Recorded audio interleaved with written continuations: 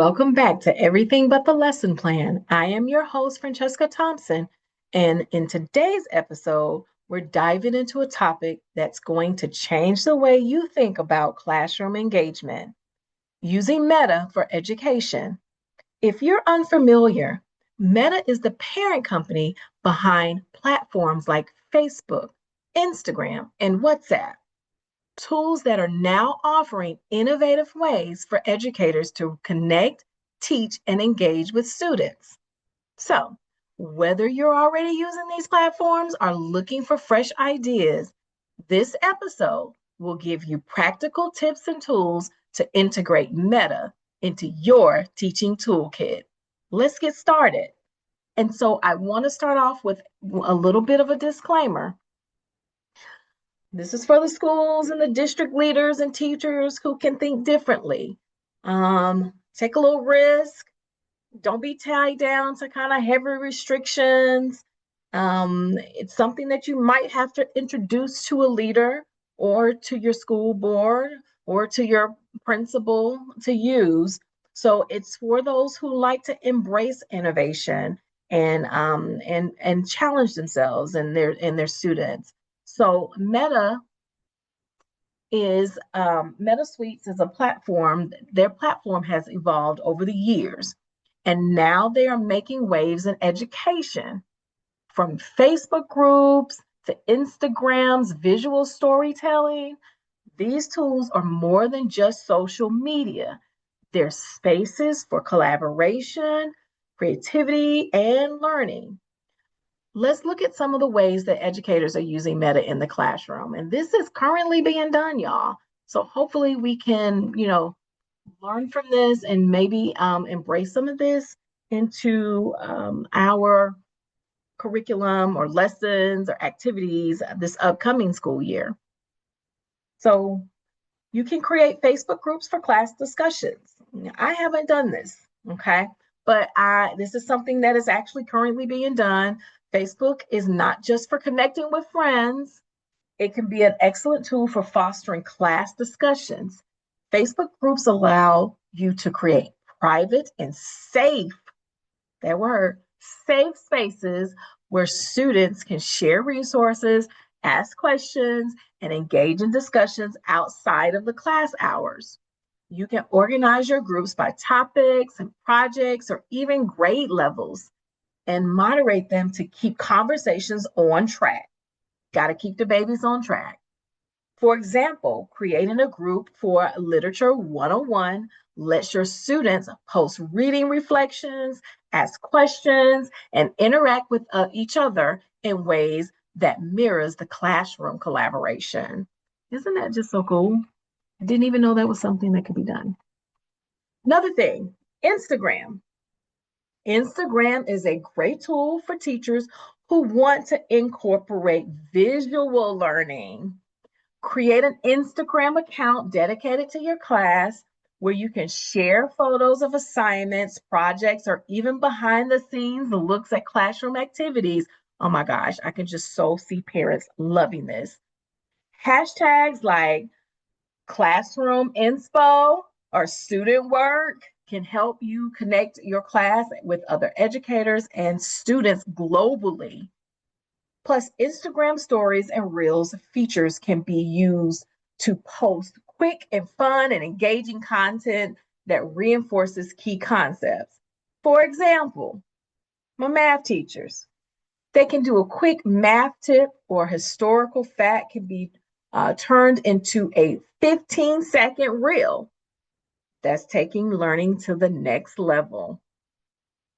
What else can we do on these platforms? Facebook Live or Instagram Live to host virtual office hours. Okay. Now, I remember before COVID, I was using the platform Google Hangout. And this was before everybody was using it. I'm one of those teachers. I embrace technology. I love it. I want to be ahead of the game, especially teaching at a Title I school. I want to expose my kids to kind of the early innovation because I want them to be behind.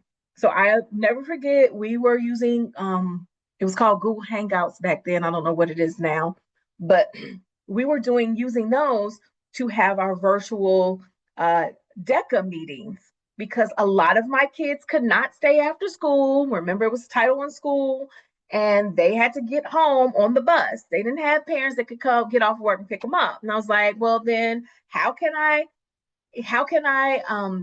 use a platform to make sure that people who want to be a part of this club can be a part of this club, regardless if they can stay after school or not? So I was able to use Google Hangouts, and we would conduct our meetings on that. It was so cool. And then COVID hit, unfortunately. And then we were having to use platforms like that in the first place. My kids had already been trained on how to use those virtual platforms. And then we were able to transition to Zoom, but it was an easy transition for my students because we had already started doing that. Yes. So back to Facebook, you can host your virtual hours, and that's a way to connect with these parents because sometimes these parents can't get off of work, but they on Instagram, okay? They're not checking their emails, but they are definitely posting, all right? And that's not all parents, just some parents. They do check their social media quicker than they will check that email. So just imagine having and hosting a live session with your students or with your parents, whether it's Facebook Live or Instagram Live. You can hold office hours. You can even have review sessions for these kids who can't stay after school, or even conduct Q&A sessions about homework and upcoming projects. Students can ask questions in real time, and you can provide immediate feedback and support. Once again, learning next level. So tools to enhance learning with Meta. We are going to talk about other tools. They have these Facebook rooms for collaboration. Facebook, they allow students to join virtual rooms with a simple link, no need for an account. This can be particularly useful for group projects, virtual study sessions, or even holding a class-wide brainstorming session. It's an easy way to collaborate in real time, especially when you're in different locations. And then I'm starting to think about, my mind is just spinning. I'm like, oh, we're all about to go into summer. And what if some teacher wants to do some summer activities to keep our students fresh, right? And learning. So some other things you can do is Instagram polls, quizzes, and interactive features. They have the Instagram stories that will allow you to create polls and quizzes and questions, which is an excellent way to engage students in a fun and interactive way on a platform that they're used to. For example, you can post a weekly poll to assess understanding of the material or quiz your students or key concepts. This also serves as a low pressure way for students to check in and assess their own learning progress. And once again, on a platform that they're already using. Then you also have, oh my gosh, I love this, VR, virtual reality, and the metaverse, okay? The future of education is heading into virtual reality, and Meta is actually paving the way with its metaverse initiatives. While VR is still in education, the early stages, Meta's tools like Horizon Workrooms allow educators to create immersive learning environments where students can interact with one another and explore content entirely in new ways, right? Imagine taking a virtual field trip, y'all, to ancient Egypt, or diving into the human body in 3D. Like, think about equity here and how these platforms can bridge those gaps. I am one of the educators who love field experiences. I love taking my kids out of the building, but guess what?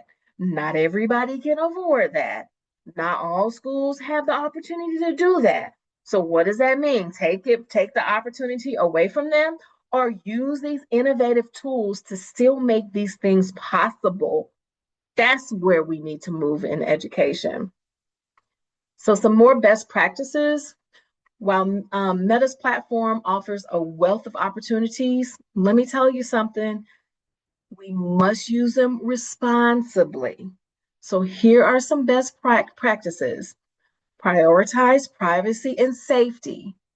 Always ensure that your students' privacy is protected.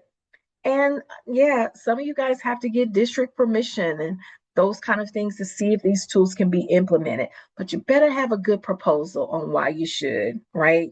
You just can't go in there and be like, we want to use Facebook and Instagram for learning. You better have a proposal. I'm always the one who will put together a nice PowerPoint. And I guess we're not saying that anymore, PowerPoints. Slide presentation, okay? Slide deck, okay, and kind of state my case really strong on why we should use these. But you want to make sure you are protecting our students' privacy, use private groups for class discussions, and never share personal information online. And make sure your students know this. Meta's platform allows you to adjust the settings to limit who can see your content, which is crucial when you're working with minors. But always check with your school to see what you can and cannot do. Some other ones, best practices, encourage digital citizenship. Teaching students how to behave responsibly online is just as important as teaching them in the classroom, and use meta platforms to model good digital citizenship. One of my final best practices is balance. Balance is key. That's a word that's still here. Okay, we're trying to understand how to balance life with all of our tools and technology, but we've got to teach our students that. So the meta tools are fantastic for engagement, but you want to make sure that there's a balance between screen time and offline activities. I call it unplugged and my classroom setting. We're going to be unplugged today. We are going to be hands-on. So find out ways and where you can get students to step away from the devices and participate in some real world hands-on activities. Well, it's a wrap for today's episode. These meta tools, oh my God, they're offering exciting ways to enhance the educational experience for both the teachers and the students. So, hey, you may not get approval to use these platforms for students. Get it. There's some schools that will, there's some schools that will say no. Maybe you can start with trying to get it approved to use it as a way to engage with other teachers. Create Facebook groups or groups for your cohort or your department. You can do those things like that. So, from building community through Facebook groups to engaging students with Instagram stories, these platforms, guys, are transforming the way we teach and learn. And you got to lock in. Just start doing your research and figuring out, what can I do? What little baby step can I get to here? Okay, because the last thing you want to do is say, no, we ain't doing that. All right. You don't want to be left behind. So I hope these tools inspire you to explore meta in your own classrooms. As always, thank you for tuning in to Everything But the Lesson Plan. If you found this episode helpful, be sure to share it with your colleagues and join us next time as we dive into more innovative ways to support educators like you. Stay creative, stay engaged, and my teachers out there, you gotta keep thriving.